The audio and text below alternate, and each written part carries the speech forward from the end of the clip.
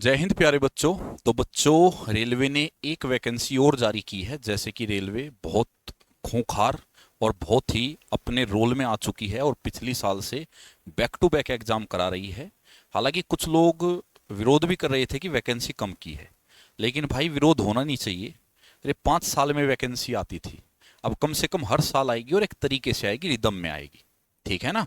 तो देखिए, अभी आरआरबी एनटीपीसी जो ग्रेजुएट लेवल था उसके 5817 पद की वैकेंसी जारी हुई थी, जिसके फॉर्म भी 21 से 21 अक्टूबर से भरने शुरू हो गए थे।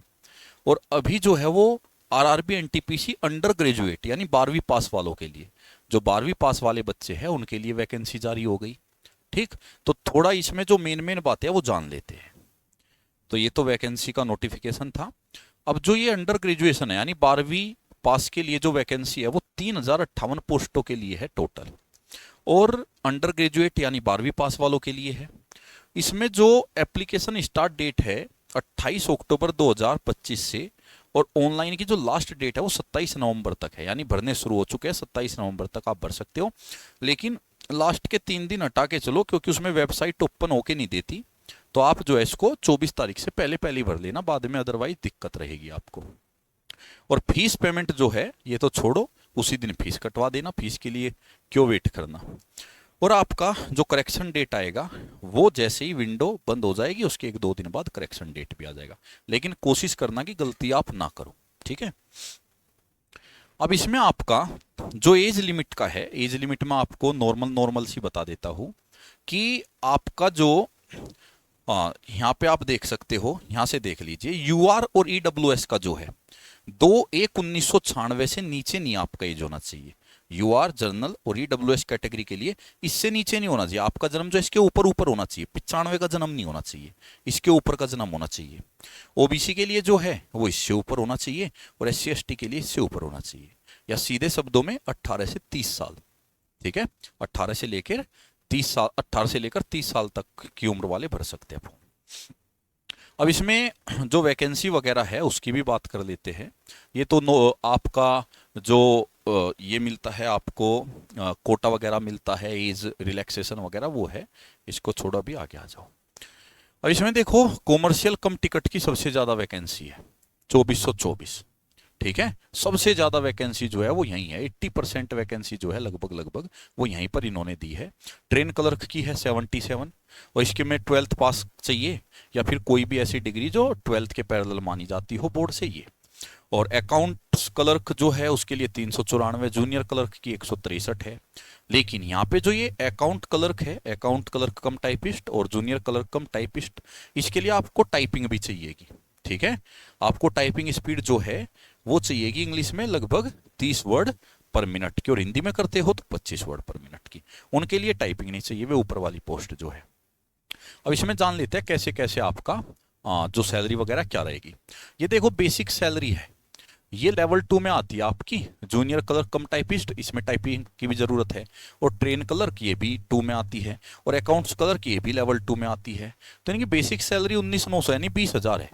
इसमें लगभग लगभग तुम 80 से 90% और बढ़ा लो तो आपको लगभग लगभग 35-36 हजार जो है वो इन हैंड मिलेगी। 35-36 हजार रुपए आपके हाथों में मिल जाएगी इसमें आपको, क्योंकि इसमें डीए वगैरह मिलता है। ठीक है। और जो कॉमर्शियल कम टिकट क्लर्क है ये लेवल 3 में है, तो इसकी लगभग 22 है, तो इसमें आपको लगभग 40,000 रुपए इन हैंड मिल जाएगी। अब इसमें पहला पेपर आपका जो होता है कंप्यूटर बेस ही होता है। स्टेज 1 क्वालिफाइंग नेचर का होता है, इसमें क्वालिफाई करना है आपको। फिर स्टेज 2 में जो मार्क्स आते हैं उसके आधार पे आपको जॉब मिलती है। फिर इसके बाद टाइपिंग है, जिन पोस्टों के लिए टाइपिंग चाहिए। फिर डॉक्यूमेंट्स वेरिफिकेशन है, और फिर हल्का फुल्का जो मेडिकल है वो है। अब पेपर में जो फीस है, फीस जर्नल ईडब्ल्यूएस के लिए 500 रुपये फीस है, और सीबीटी 1 जैसे आपका हो जाएगा 400 रुपये आपके वापस उसी अकाउंट में आ जाएगी जिससे आपने फीस को कटवाया है। और बाकी जो एक्स सर्विसमैन है और जो आपका SC ST वगैरह ये सब है, इनके लिए 250 है। इनका पूरा का पूरा 250 रुपये वापस आ जाता है पहला पेपर देने के बाद उसी अकाउंट में, जिस अकाउंट से कटवाओगे फीस उसी में आएगा। अब इसमें पहला पेपर जो आएगा, पहले पेपर में आपके 40 क्वेश्चन तो जीके के हैं, और 30 क्वेश्चन है मैथ और रीजनिंग के 100 है। 1.5 घंटा है, टाइम की यहाँ कमी नहीं पड़ती। पहले पेपर में टाइम की कमी बिल्कुल नहीं पड़ती, आराम से पेपर हो जाता है, बच भी जाता है 5-7 मिनट। और इसमें अगर आपको क्लियर करना है ना कट ऑफ, तो आपका स्कोर जो है वो 70+ ही रहना चाहिए। 70+ पे आप क्लियर कर जाते हैं, नंबर इसके जुड़ेंगे नहीं, सिर्फ इसमें क्वालिफाई करना है। तो 70+ स्कोर आप कोशिश करना रख के चलो। हालांकि कैटेगरी वाइज देखो कम रहती है, SC ST की कम रहेगी, जनरल की ऊपर रहेगी, तो वो तो आप देख लेना, वो ज़्यादा डिटेल देना पड़ेगा फिर। लेकिन आप ये कर सकते हो कि जो जनरल वाले हैं उनको यहाँ पे स्कोर जो है वो 75 के आसपास रखना पड़ेगा, और उसके हिसाब से फिर जो OBC वाले हैं वो 3-1 नंबर कम कर लो नीचे, उसके नीचे फिर SC वाले आएंगे, SC वाले और 4-5 नंबर कम कर लो, ST वाले फिर और 3 नंबर कम कर लो, इस तरीके से। लेकिन यहाँ पे जो है ये पेपर भी 1.5 घंटे का होता है, लेकिन यहाँ क्वेश्चन बढ़ जाते हैं 100 के बजाय 120। 5 रीजनिंग में बढ़ेंगे, 5 मैथ में और 10 जीके में। यहाँ थोड़ा टाइम मैनेज करना पड़ेगा आपको, क्योंकि यहाँ पेपर छूट जाता है, यहाँ बच्चे कर नहीं पाते 1.5 घंटे में 120 क्वेश्चन। इसके लिए तुम्हें ठीक ठाक प्रैक्टिस करनी पड़ेगी। और इसमें थोड़ा सा जो जीके है वो और डिफिकल्ट आती है, करंट अफेयर का रोल ज्यादा आता है, करंट अफेयर बढ़ जाती है, ठीक है। और नेगेटिव मार्किंग तो 1/3 की है ही, जो काफी ठीक ठाक होती है, यानी 3 गलत हो गए तो 1 सही कट जाएगा। तो इसके लिए तुम्हें अच्छी तैयारी करनी पड़ेगी। और इसमें मैथ और रीजनिंग में तो पूरे में से पूरे मारने की कोशिश करनी है, CBT 1 में भी और CBT 2 में भी पूरे में से पूरे की कोशिश करनी है कि मैथ रीजनिंग में तुम पूरे में से पूरे कर पाओ, क्योंकि मैथ रीजनिंग बहुत डिफिकल्ट नहीं आते, नॉर्मली आते हैं। और जीके तो तुम कितनी पढ़ लेना, अगर ठीक ठाक सेट तुम्हें फंस गया और तुम्हें आते हैं तो आते हैं, कभी कभार किस्मत सी खराब हो, तुमने पाप ज्यादा किए हो, तो ऐसा पेपर फंस जाता है, कितने ही पढ़ लो तुम्हारी लंका लगनी लगनी है। तो इसलिए इस पे ज्यादा विश्वास नहीं रखना तुम्हें जीके पे। और ये अपने पूरे 70 में से 70 के करो, ऐसा भी मत करो कि दिन में 10 घंटे पढ़ते हो 7 घंटे जीके जीके पढ़ दी कि मैं यहाँ ज्यादा नंबर लाऊंगा, नहीं। पहले ये पक्के करो 70, उसके बाद इसको समय दो, ठीक है, तभी बात बनेगी। यहाँ अदरवाइज तुम बाहर होने हो, लिख के ले लेना ये बात। तो ये आपका आएगा CBT 2 और इसके आधार पर लगेगी मेरिट। अब CBT 2 में कितना मार्क्स होना चाहिए?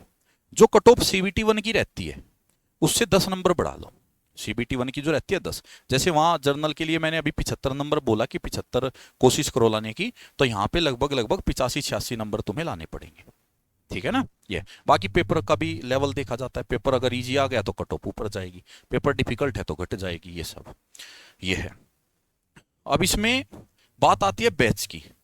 भाई अगर तुम्हें बैच का है कि सर बैच का क्या करें, तो अभी एक ऑफलाइन में देहरादून के अंदर ऑफलाइन जो हमारा कैंपस है, ऑफलाइन कैंपस का मतलब है रहना खाना भी हमारे अंडर में रहेगा, ऊपर जो है हॉस्टल रहता है, रहना खाना वहीं होगा, और नीचे क्लासेज होती है। तो अगर आपको देहरादून आके हमारे कैंपस में रह के पढ़ना है, ठीक है, तो फिर आप इस नंबर पे कॉल कर सकते हो 7599367318, इस नंबर पे। फीस बहुत कम है, ऑफलाइन के हिसाब से बहुत मिनिमम फीस रखी है, आप कॉल पे सारी जानकारी ले लीजिएगा। 10 तारीख से बैच स्टार्ट हो रहा है ऑफलाइन, 10 नवंबर से, ठीक है। ये स्पेशल SSC और रेलवे स्पेशल का बैच है, तो आपको फायदा मिलेगा, SSC भी कवर हो जाएगा साथ साथ। और अगर आपको यह ऑनलाइन करना है तो 15 नवंबर ऑनलाइन के लिए आपको वेट करना है 15 नवंबर तक। 15 नवंबर में हम एक बैच लेके आएंगे, वो भी आपका रेलवे और SSC के लिए स्पेशल बैच रहेगा, ठीक है। ये हमारी तरफ से रहेगा अगर आपको हमसे पढ़ना है। और अगर आपको हमसे नहीं पढ़ना है, किसी और से पढ़ना है, तो आपको वो जानकारी होगी कहाँ से पढ़ना है। पढ़ना अपनी है, हमसे पढ़ो या कहीं और से पढ़ो, पढ़ना अपनी है, सिलेक्शन आपके हाथ में होता है। टीचर तो सभी अच्छा पढ़ाएंगे, हम भी अच्छा पढ़ाएंगे, बाकी भी अच्छा पढ़ाएंगे, ठीक है। तो ये पूरी जानकारी थी भाई इसके बारे में, और ये कंप्लीट हुआ। और बाकी कोई और जानकारी चाहिएगी तो कमेंट बॉक्स में आप छोड़ सकते हो। जय हिंद, जय भारत।